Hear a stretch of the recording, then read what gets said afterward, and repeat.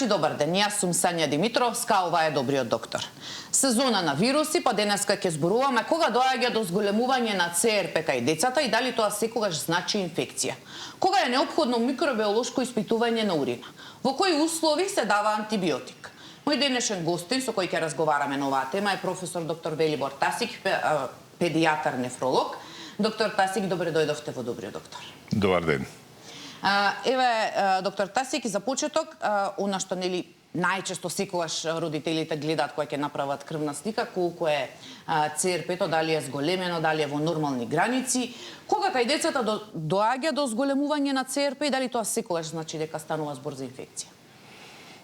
Видете, ЦРП се така наречен С-реактивен протеин или протеин кој што се наголема во склоп на инфекции, но ЦРП-то се смета дека е маркер, значи на бактериска инфекција, дека покаченото ЦРП треба да значи бактериска инфекција, а нормално ЦРП вирусна инфекција. Видите, не е баш така. Во животот праксата не е баш така.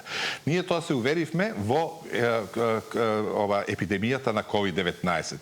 Тогаш имавме пациенти, значи возрастни пациенти, да кажеме, кои што има дури тешка клиничка слика, но без бактериска компликација, има ЦРП високо, да кажеме 100, 200 и повеќе, ако се работи за, иако се работеше нели за вирусна инфекција, COVID-19 е јасно вирус, но без бактериска компликација. Значи, некои вируси, како потешки вируси, како што Епштайн-Баровиот вирус, например, или цитомегаловирус или други некои вируси, можат, па дури и аденовирус. Еве, моментално на клиника имаме деца, мали деца со аденовирусна инфекција кои имаат ЦРП 60 или 100 и не е оправдано да се даде антибиотик. Значи, многу се трча со тоа ЦРП. Да, може да биде корисен параметар. Ако имаме јасна бактериска инфекција, да ни каже за текот на болеста, за ефектот на терапија. Јас како педијатар, како нефролог, работам со мокрачни инфекции, да мокрачниме патишта. Да кажеме, инфекција на горните мочни патишта, значи така наречен пилнефрит, инфекцијата која што стигната до бубрегот, таму ЦРП-то ќе ни биде многу корисен параметар и таму високото ЦРП ќе ни каже дека инфекцијата е стигната до бубрегот и со тоа ЦРП ние може да пратиме и ефект на терапија. Додека кај инфекција на долните мочни патишта, тој цистит, нели, на инфекција на мочниот меур, таму ЦРП-то ќе биде нормално. Инаку, ЦРП се покачува при било каква инфламација, воспаление. Значи, ЦРП е маркер не само на инфекција, туку и на воспаление. Значи, ЦРП-то може да се покачи и кај хирушки работи, кај траума, кај потешки фрактури, вие може да имате покачено ЦРП. Понатаму, ЦРП-то може да се покачи и кај опекотини. Значи, не ни значи апсолутно да е тоа само параметар. Значи, не може да биде маркер, како што е многу често тоа се споменува меѓу родителите, што ме зголемено ЦРП-то ќе треба антибиотик. Не треба апсолутно. И не треба апсолутно и да ЦРП биде единствен параметар за давање на антибиотска терапија. Значи, пред се треба да се вратиме на добра историја на болеста, историја на настано, што се случувало. Понатаму да имаме добар физикален преглед, зашто ЦРП може да биде покачено и кај малигни заболувања, не дај Боже. Значи, ЦРП-то не е единствен маркер. Не е единствен маркер само за бактериски. Меѓутоа, овде се и леукоцитите, нели, кога гледаме крвна слика, исто така гледаме какви се вредностите на леукоцитите. Дали се зголемени или кога ќе видиме на крвната слика, дали треба да не загрижува ако неутрофилите или лимфоцитите се над или под тие нормални вредности? Па видите, и прво интерпретација што е леукоцитоза, што се покачени леукоцити. Прво, тоа треба да се знае. Треба здравствените професионалци, тие треба да знаат што е покачено ЦРП. Покачени леукоцити. Да кажеме, кај мали деца, кај бебиња, до 18 месеци, до 18.000 у милиметар кубен е нормална вредност. Значи, ако едно доенче има леукоцити, да кажеме 15.000, тоа не треба да го сметаме за покачени. За разлика од едно дете, да кажеме, со мочна инфекција поголема, која ќе има 15.000, да кажеме 7 години, да, тоа е леукоцитоза, покачени леукоцити. Значи, прво треба да знаеме што е референтна вредност за леукоцитиве. Да не се трча веднаш да се квалифицира дека е то бактериска инфекција. Значи, и таа механичка поделба, високи леукоцити бактериска инфекција и ниски леукоцити вирусна инфекција. И тоа не значи, ако земеме најтешки бактериски инфекции, сепси, сепси. Тамо леукоцитиве се многу ниски, тамо имаме многу ниски леукоцитиви, имаме 3000, 2000 и тие имаат најтежок клинички тек, најтежок исход, значи тие што имаат ниски леукоцити. Значи не можеме механички, треба у склоп на клиничка слика.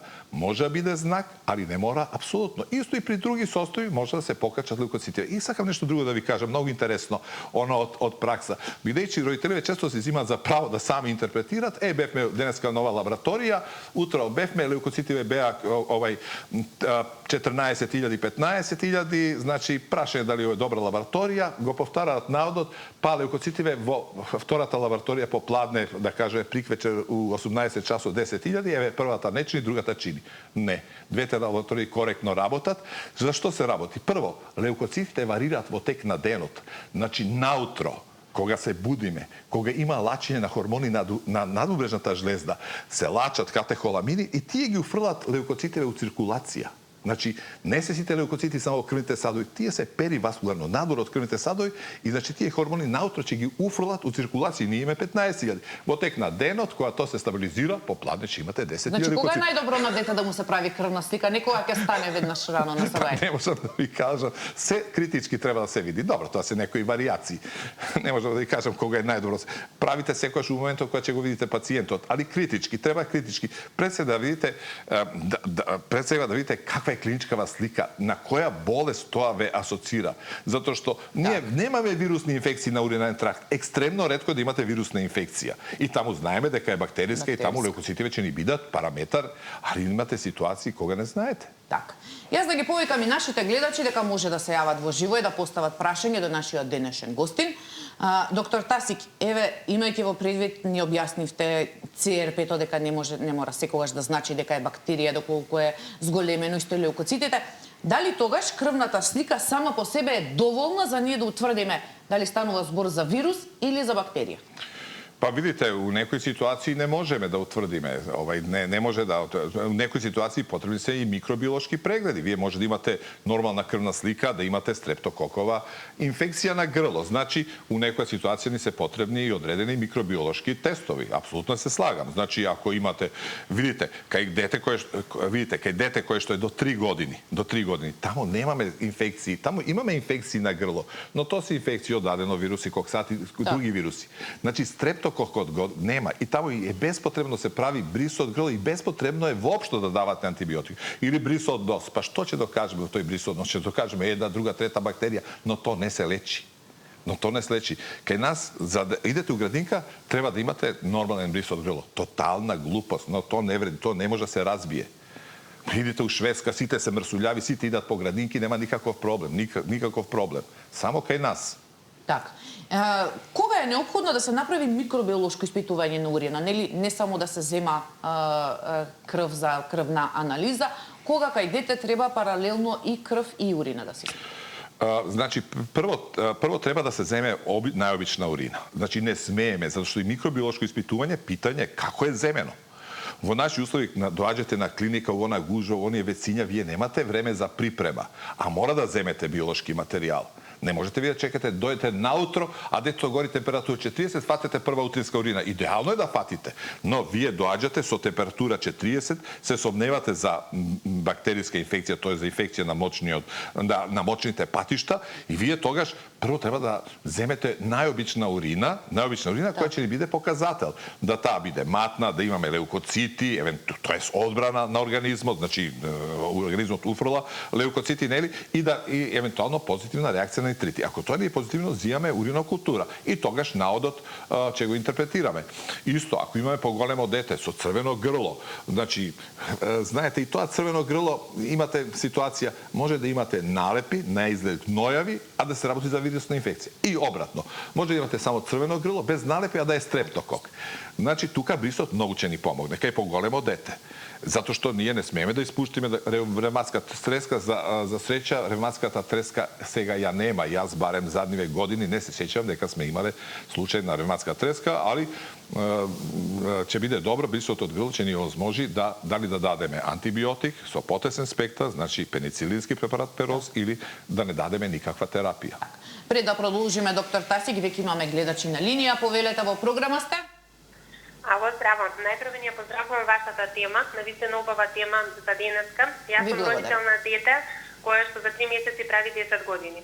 Таа е спортист, спортува 2 спорта, меѓутоа имаме проблем со леукоцитите. Тие секогаш се под граница, значи направени се сите испитувања, каде што имам проверено и испитување на костки, значи и витамин Е, витамин Д, има прелетено стрептокока, спомна докторот, како мала во градинка, и од тогаш асото е покачано. Асото се движи од 600 до 680, крвната слика е секогаш, докторката ми вели окей, освен што леукоцитите се под долната граница, значи под граница. Не е нешто многу под граница, меѓутоа се под граница.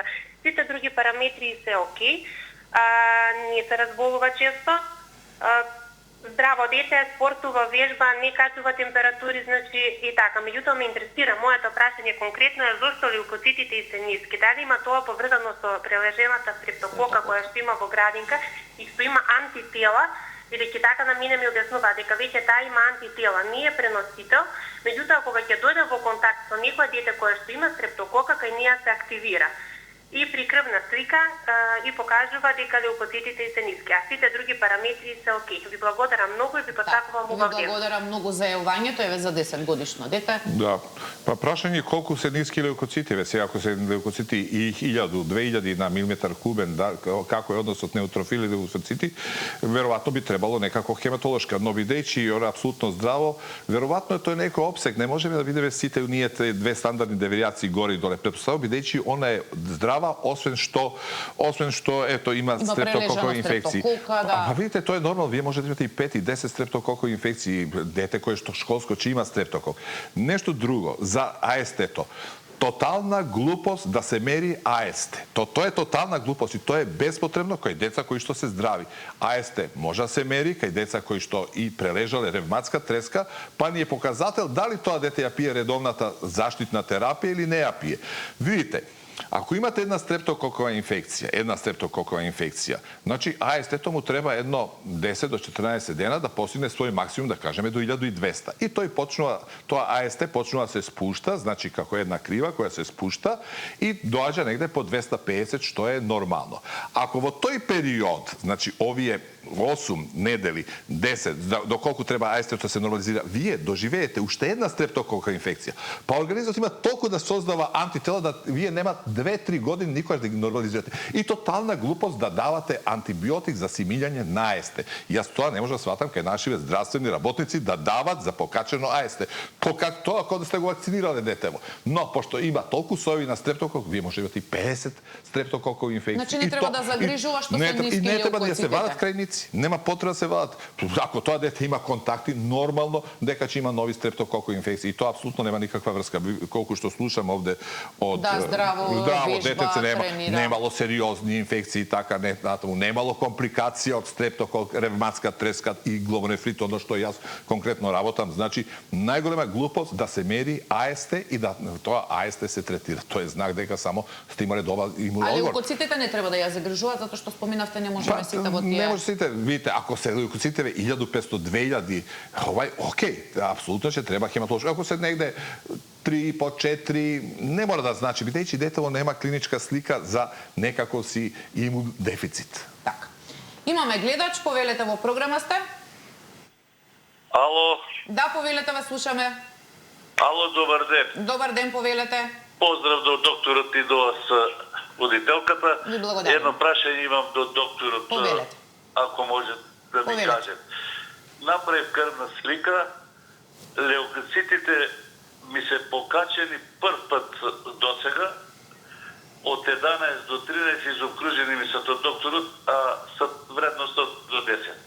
И проблем имам со креатинот 169 ми е висок. Па не знам, ми дадоа да ги снимам бубрезите и пешиката, ги снимав бубрезите, немам ништо во бубрезите, чисти сам. Не знам, ова леукоцитиве прв пат да ми се подигнати до сега. А јас сум повозрастен човек. Така. Така, јас ви благодарам многу за јавувањето. Видите, не е тоа некое сериозно покачување, тоа е некое мало покачување.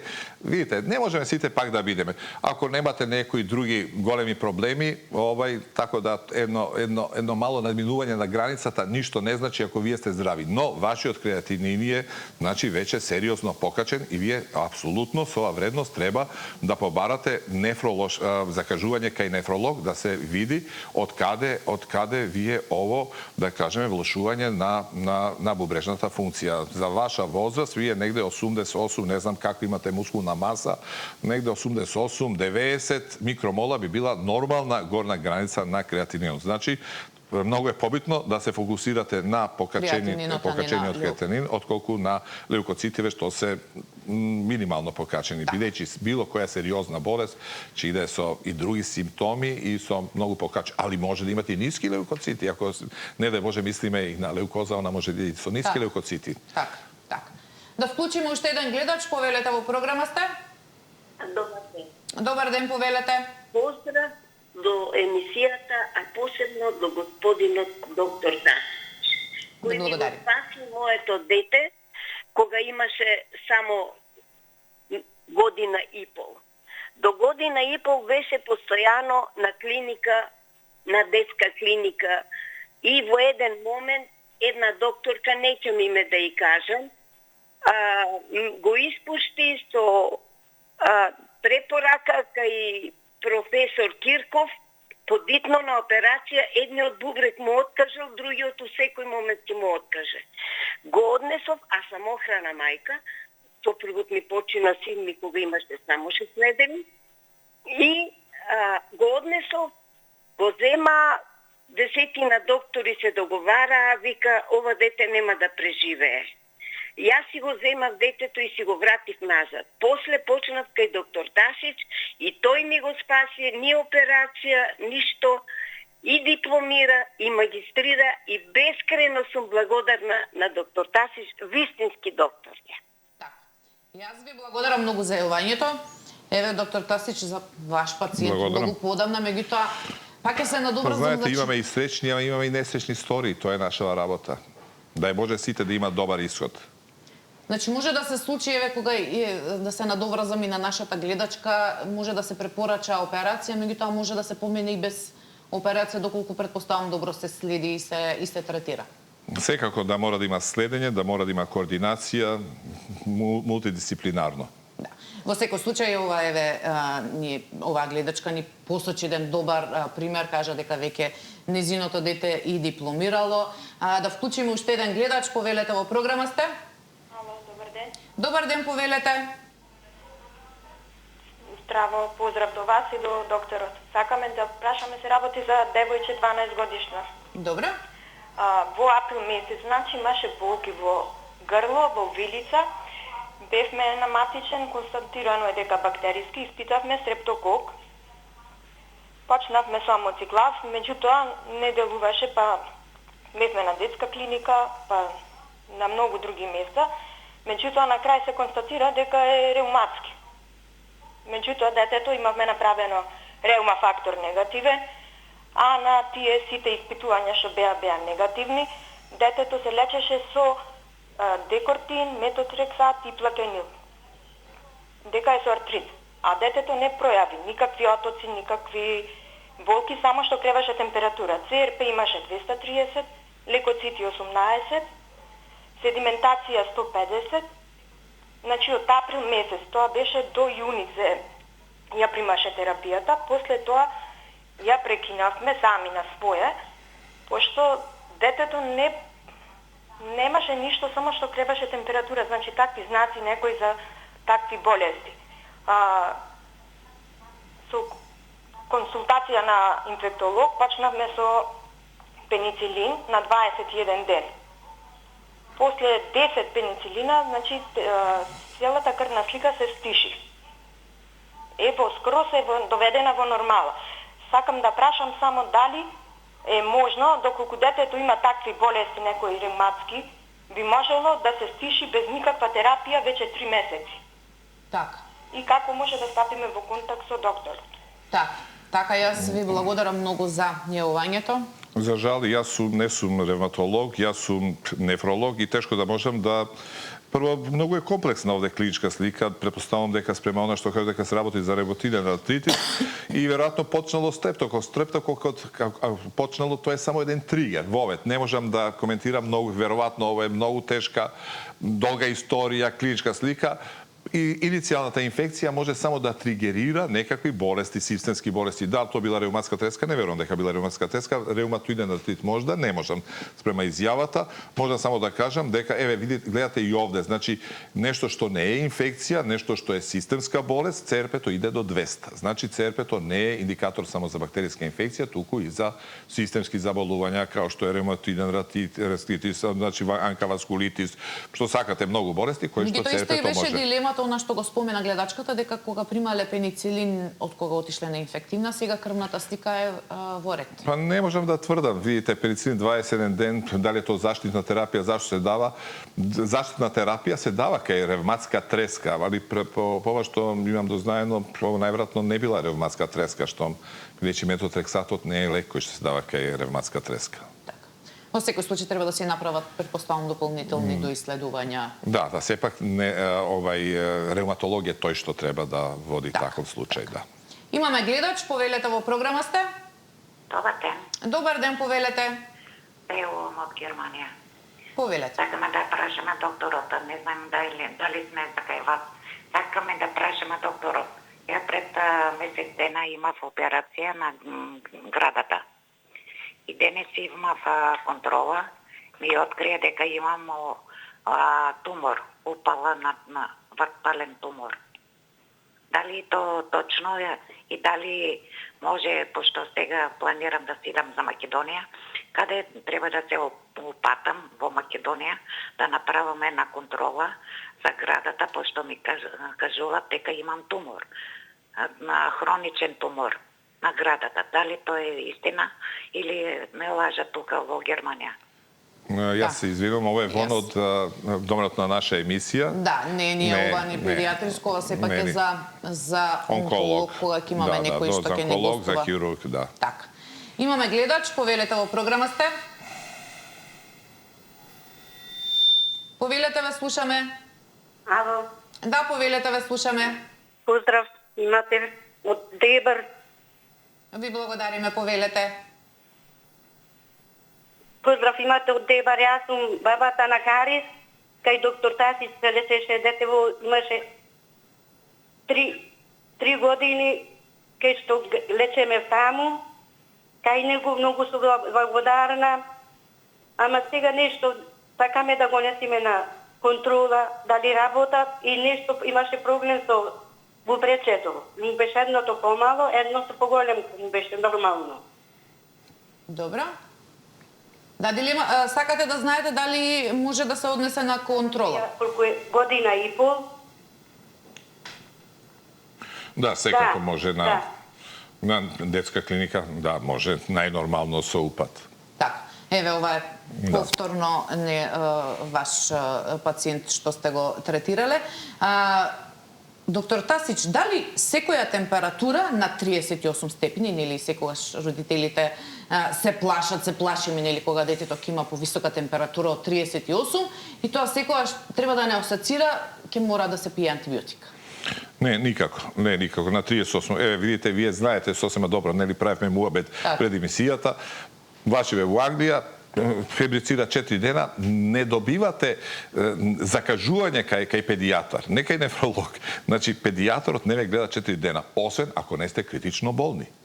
Видите, бидејќи вие не идете кај педијатар, не добивате антибиотик, болеста ќе си мине. Најчесто се вирусни инфекции. Но ако температурата не спаѓа, значи би требало да се прегледа. Сега нашиот систем не е лош. Нашиот систем е добар. Вие можете кај педијатар да дојдете после 2 сата фебрилност. Тоа е она што тогаш малце и пациентите притиска да се даде антибиотик, А јас како нефролог инсистирам само да се види урина, не крвна слика. Крвната слика нема да ни биде од корист. Ода што е предност наша, што ние може веќе многу рано да диагностицираме мочна инфекција. Бидејќи едно бебе нема да ви каже јас имам пилонефрит, имам мочна инфекција. Ако не фатите урина и не прегледате, нема да знаете. Тоа е наша предност у однос на западниве системи. Си имаат и они своји слабости. Предност е што нема да добиете таму антибиотик. Замислите ако вие имате у почеток менингитис и вие дадете некаква антибиотска терапија, вие ќе го декапирате тој менингит. Или уринарна инфекција ќе за вас скидате, ние ќе се мачиме да докажеме што е негативна уринокултура, обична урина. Значи, преглед да, но антибиотик не. Одма. Сега кога веќе зборуваме за антибиотик, она што нели ние сме барем од она што го зборат не само вие како педијатар, нефролог и сите лекари дека имаме прекомерна употреба или злоупотреба на антибиотици, дали кај дете кога имаме црвено грло, значи дека треба да се даде антибиотик или не, односно во кој случај треба, во кој не треба да се даде антибиотик? Па, идеално би било, видите, до 3 години, 4 години, значи тоа е веќе за претшколски и школски деца, црвено грло, значи може да имате стрептококова инфекција. Клиничкиот преглед може да ви биде од корист, али и не мора. Значи, идеално би било, како у Америка, значи секој, и на Запад, многу тие офиси, приватни педијатриски офиси, си имаат брз стреп тест. Како што имало брз тест за ковидот, нели за короната, така и постои брз стрептококов тест. Значи, каде за 5 минути вие веќе знаете имате стрептокок, немате стрептокок. Нас не интересира хемофилус, не стафилококус, бидејќи единствена бактерија кој што прави фарингит и кој што мора се третира е стрептококус пиогенез или така наречен бета хемолитички стрептокок група А, да не ги замарам слушателите, гледателите. Значи само тој треба се третира и само тој треба да добие пеницилински препарат. Или у случај на алергија се знае што се дава на алергија. Значи идеално да се направи стреп тест. Ако не постои можност стреп тест, тогаш да се земе брис од грло, но да се напомне лабораторија да го издаде резултатот у рок од 24 часа. Има стрептокок, нема стрептокок. Тотална глупост е да се прави антибиограм.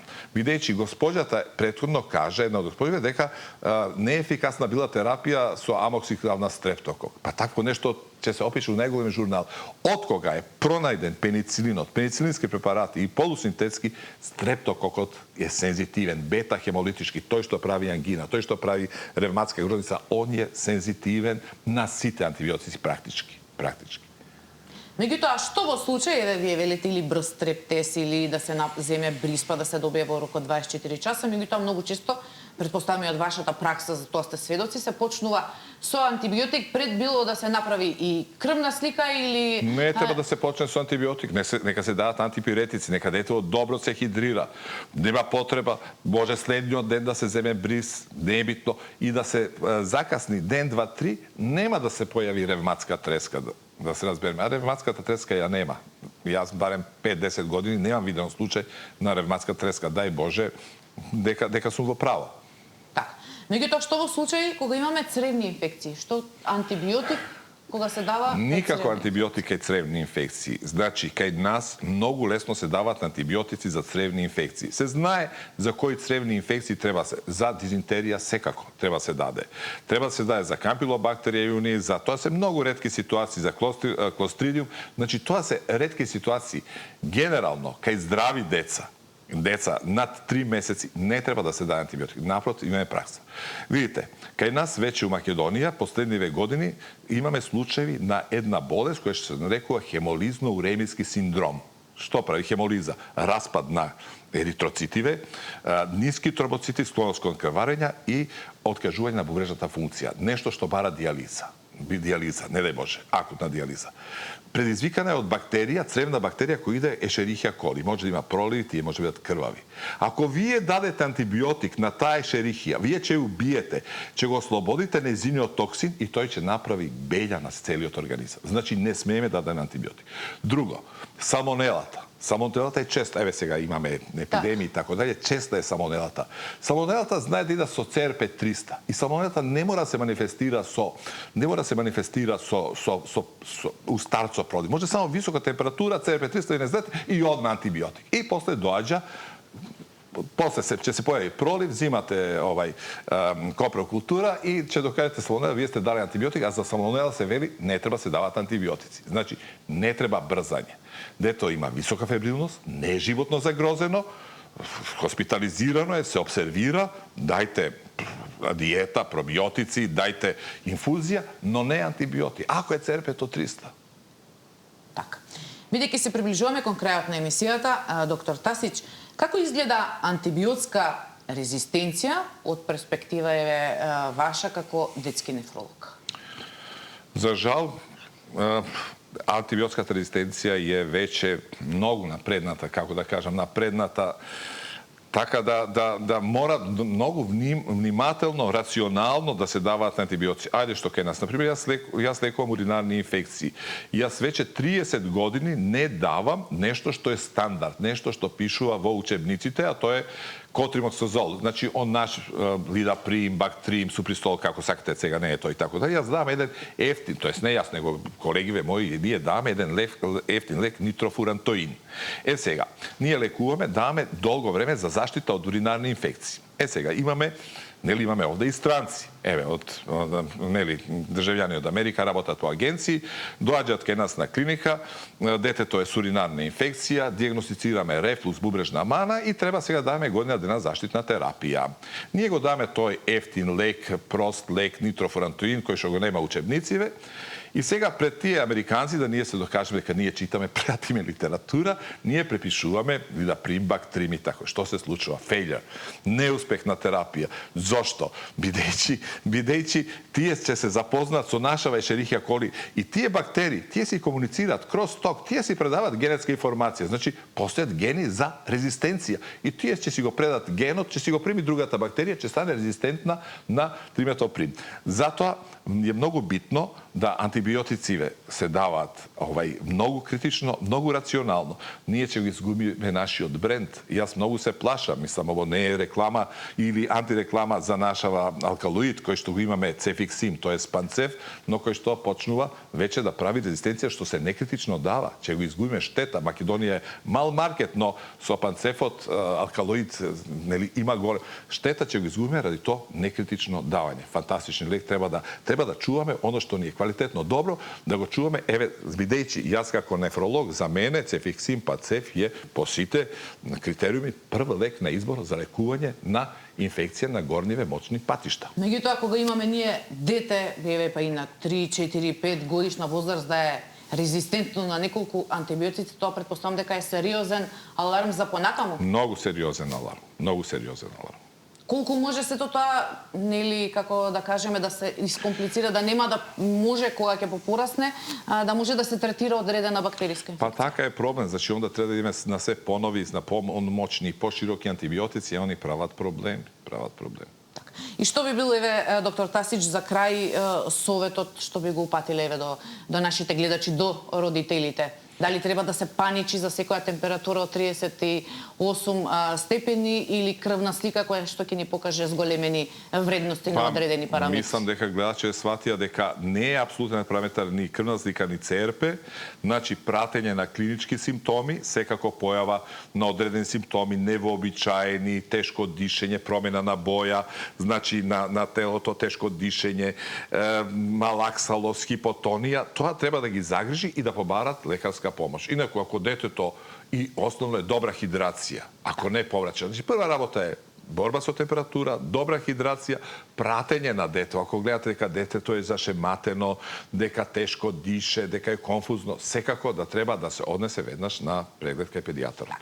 Доктор Тасич, времето на денешната емисија ни помина. Јас ви благодарам што бевте мој денешен гостин, што ги споделивте овие совети кои што знам дека ќе бидат од корист на сите наши гледачи и на родителите, меѓутоа и на останатите, што значат всушност и инфекциите, меѓутоа и употребата на антибиотици. Благодарам на поканата. Почитувани гледачи, овде е крајот на денешното издание на Добриот доктор. Утре со вас е колегата Александар Динев. Имајте убав ден, чувајте го вашето здравје и гледајте Сител. Довидување.